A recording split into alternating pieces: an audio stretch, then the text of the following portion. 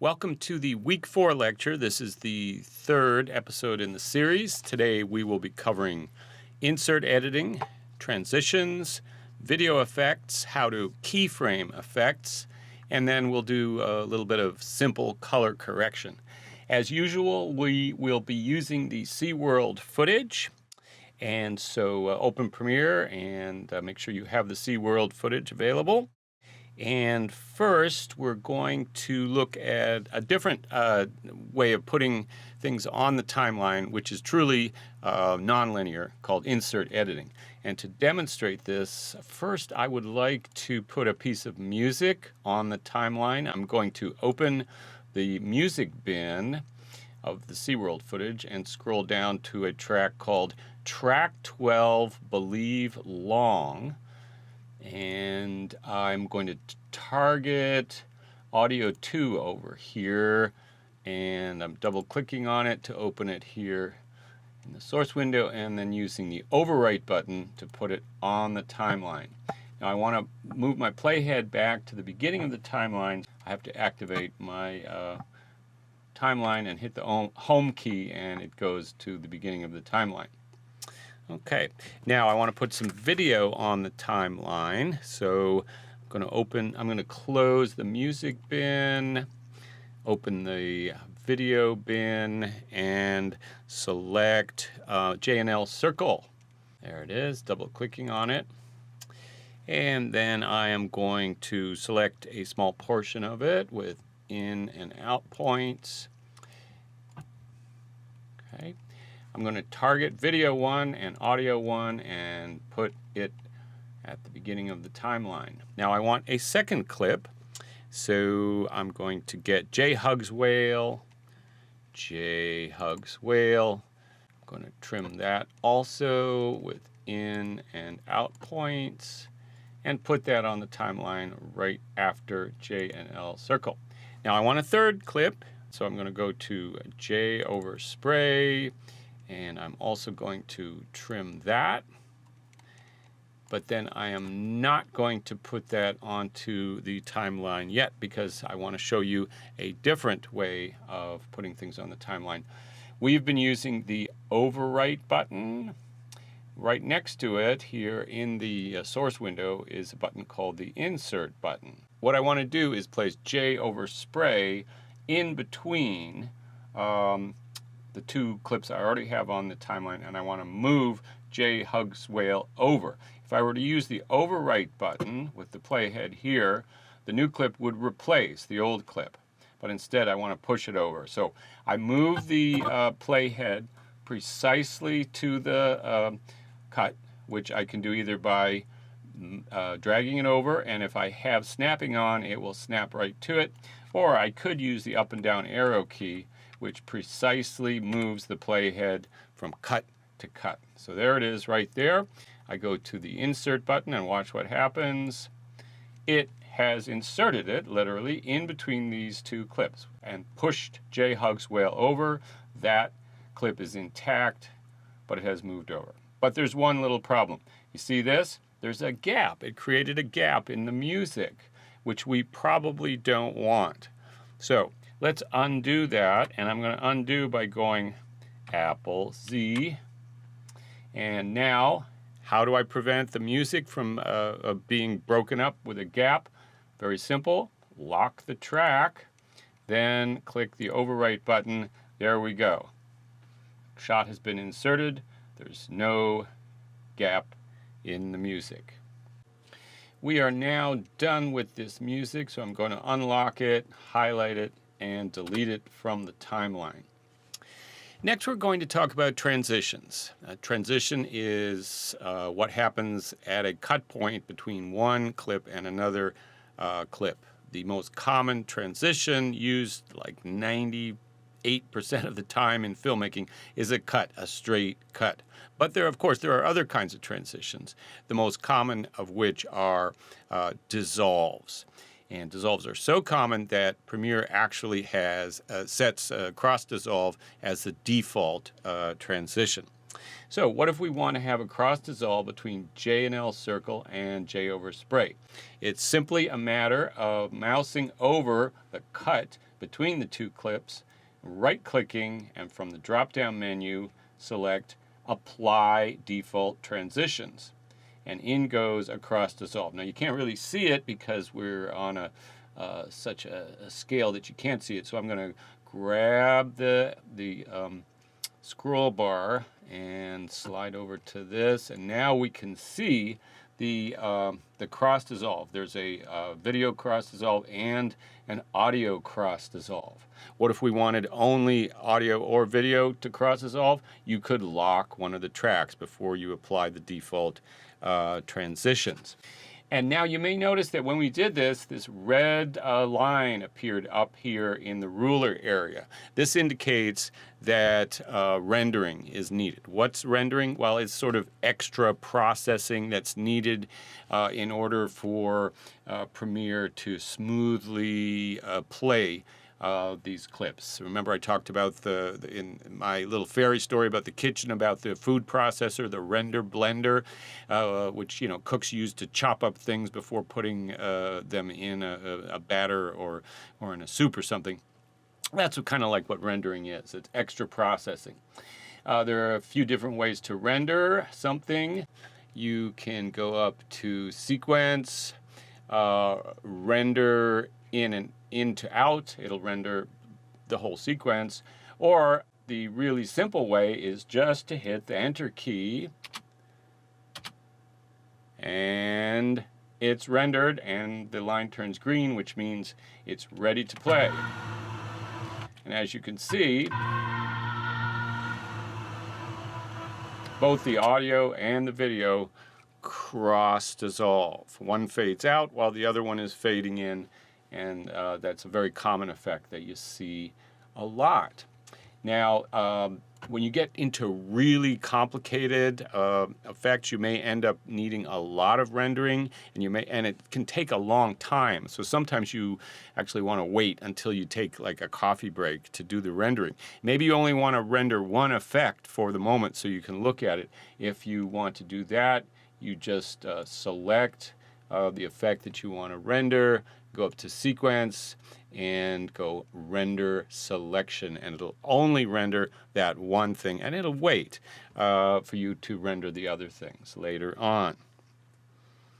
Now, when you make a transition like this between two clips on the same track, it relies on what we call handles.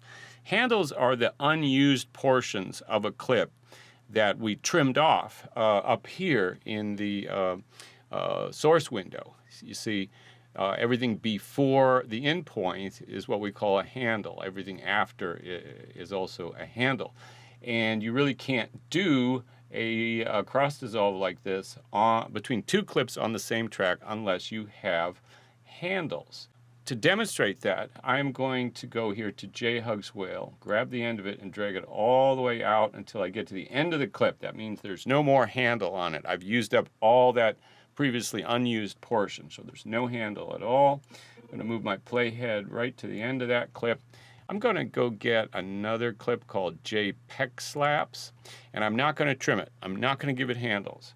I'm going to put that on the timeline right after JHugs Whale. Okay, so here I have a cut which has, I know, no handles. So what's going to happen if I try to make a cross dissolve between these two clips? Well, let's see. I'm going to right click and go Apply Default Transitions, and I get this warning window. It says insufficient media. Insufficient media? I have lots of media. What does that mean? This transition will contain repeated frames. It's telling me that I don't have any handles, but that it will create a sort of a faux cross dissolve using repeated frames. In other words, a freeze frame. So I click OK, and if I zoom in and look at it, I see there's something that looks like a cross dissolve, although it has these diagonal lines through it, which indicate it's not really a cross dissolve. Let's watch it. It actually looks pretty good, but what happens is there's just a freeze frame, and it cross dissolves on the freeze frame, and it kind of looks like a cross dissolve, but it's not a real cross dissolve because there were no handles. There was no extra media for it to cross dissolve on. And now we're going to do a proper cross dissolve between those two shots. And so first I'm going to undo with Control Z to get rid of that cross dissolve. Now I'm going to create handles by opening up a gap. And I'm also going to show you how to delete a gap. So I'm going to mouse over the beginning of JPEGslapse, trim it to the right. I'm going to mouse over JHugsWhale and trim it to the left. So here now we have a gap. And here's a quick way to eliminate a gap. You just click in the gap. It turns very light gray. You hit the delete key, and everything on the timeline moves over. The gap is closed. And now we're going to create a transition with handles, because we know we just created handles by trimming off sections of both clips, apply default transitions, and now I'll render it, and we have a proper cross dissolve without the freeze frame. Now, the duration of this cross dissolve is 10 frames, because that's, remember when we set the preferences, we set the default transition duration at 10 frames. But what if we want it to be a longer, slower cross dissolve? Well, we can easily grab the end of the cross dissolve. My cursor turns into this red bracket with a miniature cross dissolve symbol. I can grab it and stretch the cross dissolve out. Now I have this very slow cross dissolve. I can also change the duration of a transition numerically by double clicking on the transition, and this transition duration window opens up, telling me how long my cross dissolve currently is. If I want it to be, say, 20 frames, I just type, I don't need to type all these zeros and colons and everything. I just type 20 and hit enter, and it becomes a 20 frame cross dissolve. If I want 2 seconds, I could double click and go 200, and it's now a 2-second, really slow cross dissolve. Now, another kind of transition that we can use is a fade in or fade out, which is a really, really common way to begin a film. As I said last week, what are the first 2 words in most screenplays? Fade in. Well, let's learn how to create a fade in. I'm going to hit the home key to go to the very beginning of our sequence, and here's the beginning of the first clip. I mouse over it and I right click and I click apply default transition. And look at that, a nice fade in from black. I did it with a cross dissolve, but in this case it is cross dissolving from nothing to the clip, so it is effectively a fade in from black.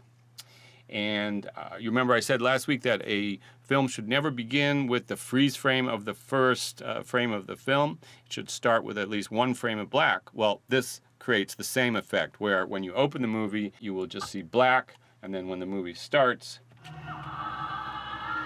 it fades in. You could still insert maybe 10 frames or 1 second or 2 seconds of black leader if you want a little delay before the movie fades in. Now, we can also use a fade in to create a cross dissolve on 2 different tracks. So I am going to go find another clip called J Rotations. Double click on that. I'll trim it a little bit. Now I'm going to move my cursor about to the middle of J and L circle. And I am going to target video 2, and let's say I don't care about audio. I'm going to untarget all audio. I'm going to put this on the video 2 track. Then I'm going to go to the beginning of that clip and right click on it and select apply default transitions. Let's zoom in, and there is a fade in. But now when I actually play it, look at that, it's a cross dissolve, just like I did before. The difference here is I've done it on 2 different tracks. It has the same effect because, of course, whatever is on top, on the top track, that's what we see. We don't see any of the clip below except for during the cross dissolve. So it looks just like a cross dissolve. Now this is actually a really handy way to do cross dissolves. Instead of doing them on the same track, you alternate tracks. You kind of go back and forth. This allows you to create dissolves without worrying about handles, and also gives you the freedom to say, well, you know what, I want to move this shot a little bit later and have it cross dissolve a little bit later. It's a lot easier to move things around if you use these fades to create the cross dissolves on different tracks.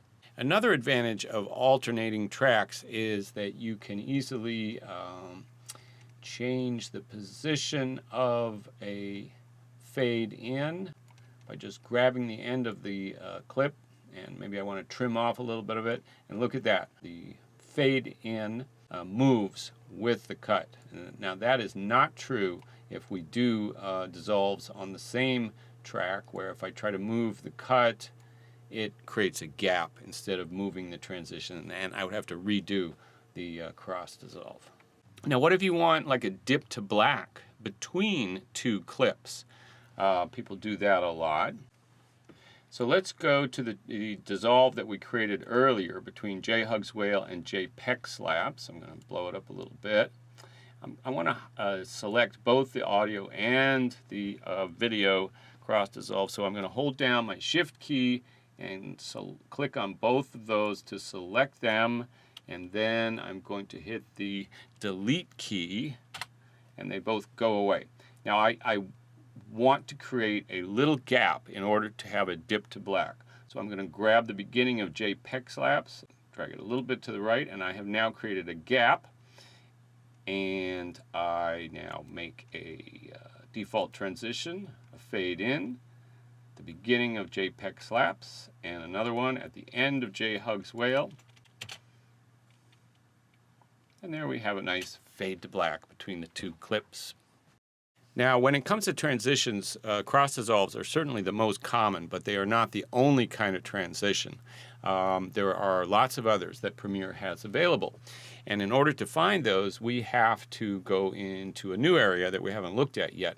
Here in the project window, we have been working in the tab that's on the left called the Project tab. But there's several other tabs. Let's go over to the one called Effects.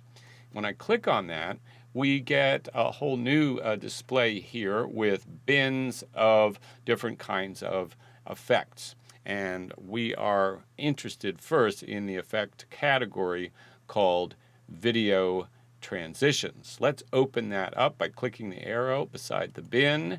We also, by the way, have a search window here. If you know the name of a particular kind of effect or transition that you want to do, you can type it in here. For example, if I were to type in dissolve, it will display all the different dissolves that are available.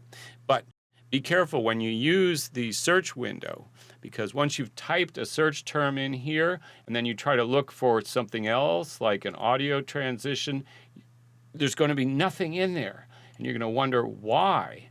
And the reason is that you have a search term in the search window. You have to delete it, and now when I open up these other bins, we get lots of results from them. But we are interested right now in the video transitions, and we're going to sample a transition called a wipe. So go down here to this category called wipe, the bin of wipes, and let's select the bottom one, which is simply called wipe. And what I'm going to do is change this dissolve that we have currently between J and L circle and J over spray, and change that to a wipe. So I grab the wipe from over here and I drag it over to this video transition, and then I drop it right on there. And then let's render it and let's look at it. And you see what happens. The transition slides from left to right as one clip replaces the other. So currently the wipe goes from left to right by default. What if we want it to go from in the opposite direction? what we do is we click on the transition to select it. And now we're going to look at another new area. Up here in the source window, we have been looking at the tab on the left called Source. To the right of it, you'll see another tab called Effect Controls. Click on that, and we get this whole new display, which show controls for whatever we have selected on the timeline, in this case, the wipe. And here in the upper left-hand corner is a box that shows the direction that the wipe is going in. And currently it is going west to east. What if we wanted to go east to west? We click on that. There we go. And what if we wanted diagonal? Let's do that. Northwest to southeast. Now we have a diagonal wipe, and I can make that longer if I want. There we go. So almost every transition has effect controls like this in which you can fine-tune and alter the transition. Now, in addition to wipes, there are lots of other kinds of transitions that you can sample. For example, here at the bottom of the video transitions bin, zoom, cross zoom. Let's try that. I'm going to drag it to replace the wipe. And let's render that and watch it. That's a fun transition that people use quite often to go from one clip to another. Now we're going to talk about a whole other category of effects, which are literally video effects. And the difference between them and transitions. Transitions are applied to cuts, and effects are applied to clips. So let's close the video transitions bin and open the video effects bin. And we are going to apply an effect to Jay Hugs Whale. And in order to see what we're doing, you have to actually move your playhead over to Jay Hugs Whale so that we can see it. And that sounds like common sense, but you'd be surprised how many times people make the mistake of adding effects to a clip, but they're not looking at the clip that they're adding the effects to because their playhead is somewhere else. So we're now looking at this clip. I'm going to click on it to activate it. And then I'm going to go to the video effects bin and go down to blur and sharpen. I'm going to click the arrow next to it and find Gaussian blur. This is the most common type of video blur. And in order to apply it to the clip, all I have to do is double click on it here. And it has now been applied. But I don't see any change here in the clip. That's because the default for the blur is 0 blur. Something has changed, however, up here in the Effect Controls tab, which we already have selected. A new bunch of information has appeared at the bottom of the window, and we're looking for the Gaussian blur effect, which got added. And blurriness, you see, is currently set to 0. We're going to increase that. I'm going to go to the arrow next to blurriness, click on it, and that opens a blurriness slider. And as I slide that to the right, the shot gets blurrier and blurrier and blurrier. There we go. Now you notice that it gets dark around the edges. To eliminate that, I'm going to click on Repeat Edge Pixels, and that gets rid of that darkness around the edges. Now, the exciting thing is that we can not only apply an effect, but we can have an effect change over time. Like we could have this shot go from being crisp to being blurry over time. And we do that with keyframes. Remember keyframes? We use them for audio, and I told you that they are used for many other things. Now we're going to see one of the other things they can be used for. So I want this shot to start not blurry at all. So I'm going to grab this slider and go all the way to the left. Now the shot is nice and crisp. And now I want to tell Premiere that at this point I want 0 blurriness by making a keyframe, 1 keyframe. And you make a keyframe with this little icon here next to the word blurriness that looks kind of like a stopwatch. When I click on that, something happens over here in this area of the source window, and this is called the mini timeline. You will see in the mini timeline a representation of the clip, and you will see a playhead. And notice if I move the playhead, both the playhead here in the mini timeline and in the main timeline move together because they are the same thing. But also very important, down here this diamond has appeared and it is to the right of blurriness. This is my keyframe for 0 blurriness. So we have the first keyframe here which says 0 blurriness at this time. Now I'm going to move the playhead a little bit to the right, and now I'm going to grab the blurriness slider and slide it all the way to the right. And you see there's this graph shows this diagonal line showing the increasing blurriness. The clip gets blurrier and blurrier. And also this second diamond appeared. This is another keyframe which Premiere created automatically. I did not have to create it myself. Matter of fact, if I were to try to create another keyframe here, I would get this warning saying that this will actually delete the keyframe. And I don't want to do that, so I click cancel. Now if I render and look at it, you can see that the clip gradually gets blurry, and if you can watch the graph as the blurriness increases and the blurriness slider automatically moves over. So this is really neat, and you can keyframe all sorts of effects to happen, to change over time. Anytime you see this little stopwatch next to anything, like here's opacity, there's a stopwatch next to it too. That means that you can keyframe that effect to have it change over time. And you can apply multiple effects to a clip and keyframe them all differently, so you can have multiple things happening all at the same time or in different ways to the same clip. So as I said, keyframes are very, very powerful, and the sky's the limit as to what you can do with them. Now effects can be used to do all kinds of wild and crazy things, and they can also be used to do some very basic things like color correction. And to demonstrate that, I want to go and get a clip that's in the folder for this week's project, which is the Getty stock footage folder. And now I'm going to import that into Premiere. Import, and I will navigate to that, and I'm going to import the entire folder. There it is. I'm going to open up this folder and scroll down and find a clip called Needs Help and double click on it. And you see it's an interview shot of a man, and it doesn't quite look right. It is kind of a little too dark, plus the colors are not quite right. It has not been properly white balanced. You can see everything has this sort of warm reddish tone. We want to fix that if we can through color correction.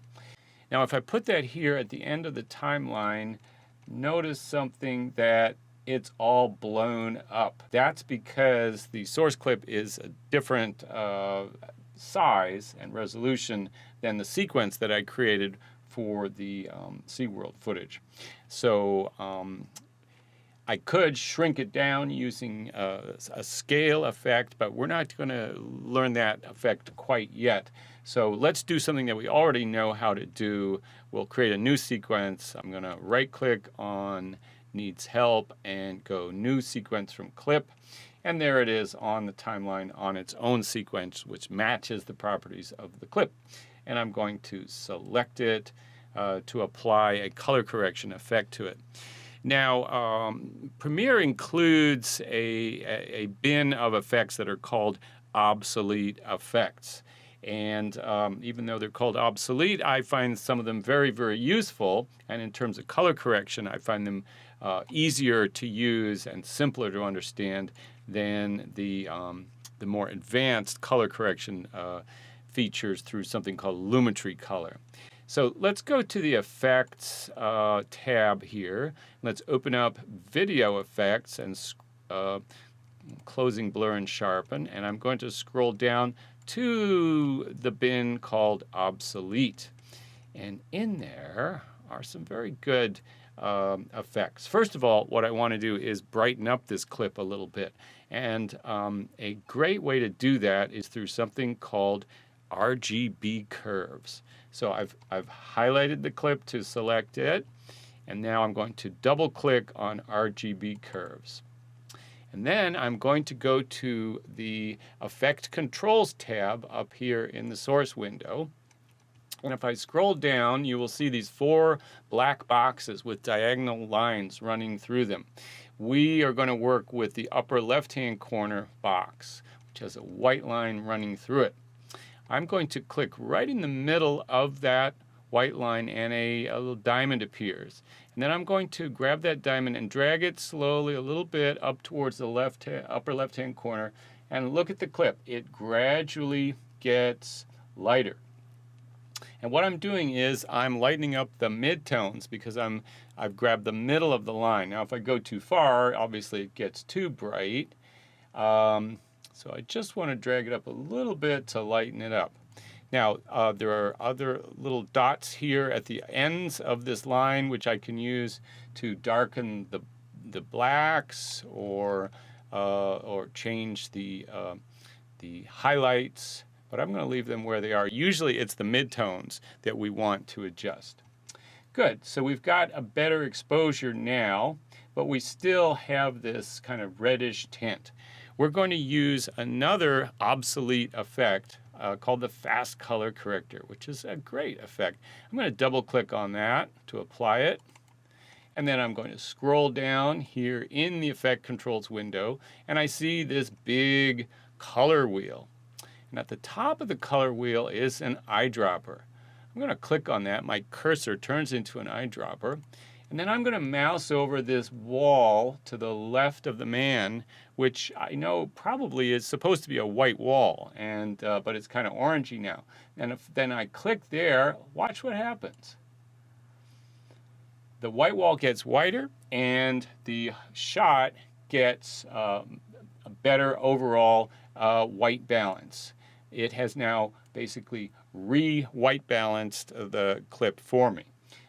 You should always try to do a good white balance while you're shooting, but if you don't get it quite right, you can actually fix it in post to some extent. Now, if you look at this color wheel, notice that there's this yellow bar and then a little thin line and a dot coming from it. This dot shows what has happened. Premiere has moved the color balance a little bit towards the green area. Now, if you want to manually change the color balance, I could grab this. I could make everything really green or blue or purple, whatever I want. So you can do a custom color balance using this Fast Color Corrector. It's a very, very handy tool. Now we can also adjust the intensity of colors here in the Fast Color Corrector. Scroll down below the color wheel and you will find an item called Saturation. Click the arrow next to it to open up the saturation slider. And now if I grab this dot and this button in the middle of it and drag it to the right, the colors get more and more and more intense until it's really quite bizarre. Or if I go in the other direction, they get paler and paler. We are desaturating the color, and that's become a very popular look lately, is this sort of slightly desaturated look. But if I go all the way to the left, it becomes black and white. And notice there's a keyframe button here next to saturation. So if I wanted to go from black and white to color or the opposite, this is how you do it, by keyframing an effect like this. Now the last, I'm going to return this to normal color. The last effect that I want to show you is called vignetting. And this is something that's used a lot with interviews. It's something that was first developed by early filmmakers like D.W. Griffith to help focus the viewer's attention on the subject. And this is not an obsolete effect. We will access this by going to another video effect bin called color correction. I'm opening that up and scrolling down to an item called Lumetri Color. And this is the more up-to-date color correction tool, a little bit complicated. Let's just double click on that to apply it. And we're just going to use one thing in there. I'm going to scroll to the bottom where you see vignette. I'm going to open up that effect with the arrow next to it. And here we see the word amount, and to the right of it, a blue number, 0. I'm going to click on that, and I have found that a good amount of vignetting is from -2. So I'm going to type -2 and enter.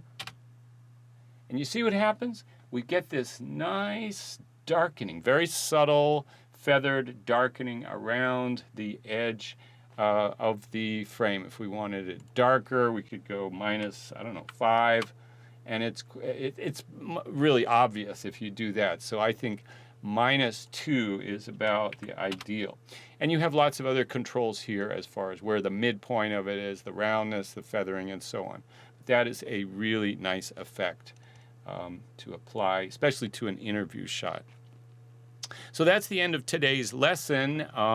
The project today will be using the Getty stock footage folder. This is a bunch of public domain footage, a lot of old films and so on, some really fun stuff. Here we have a volcano and so on. And what you're going to do is create a music video, a montage piece, kind of an experimental piece in which you create something kind of artistic out of all these stock footage clips. And I want you to use transitions and effects. I want you to go wild with them. I mean, really play around. This is something you won't get to do very often in your career because generally people kind of frown upon going overboard with effects. They can be considered cheesy, you know. But for this project, I want you to go wild. I want you to have some real fun. I want you to use several different kinds of transitions in addition to cuts, and I want you to use different effects, and I want you to apply at least 2 different effects to clips and then have them change over time like we did with the blur, but do it with something else. And these clips are in a very oddball format. If you look at the properties, you can see that they are 640 by 480, so this is standard definition. They're also at 25 frames per second, which is European PAL. So you're going to want to make a new sequence from the clip, from any of these clips, and then you will have a sequence that matches the properties of the clip. And when you're done and you go to export, you're going to go File, Export, Media, and the format will be H.264, but the preset that you should use will be Vimeo 480 SD. That's the proper format for this footage. So this one should be really, really fun for you. Go find some music, put together something that'll wow us with all kinds of crazy psychedelic effects, and have a ball. Thanks.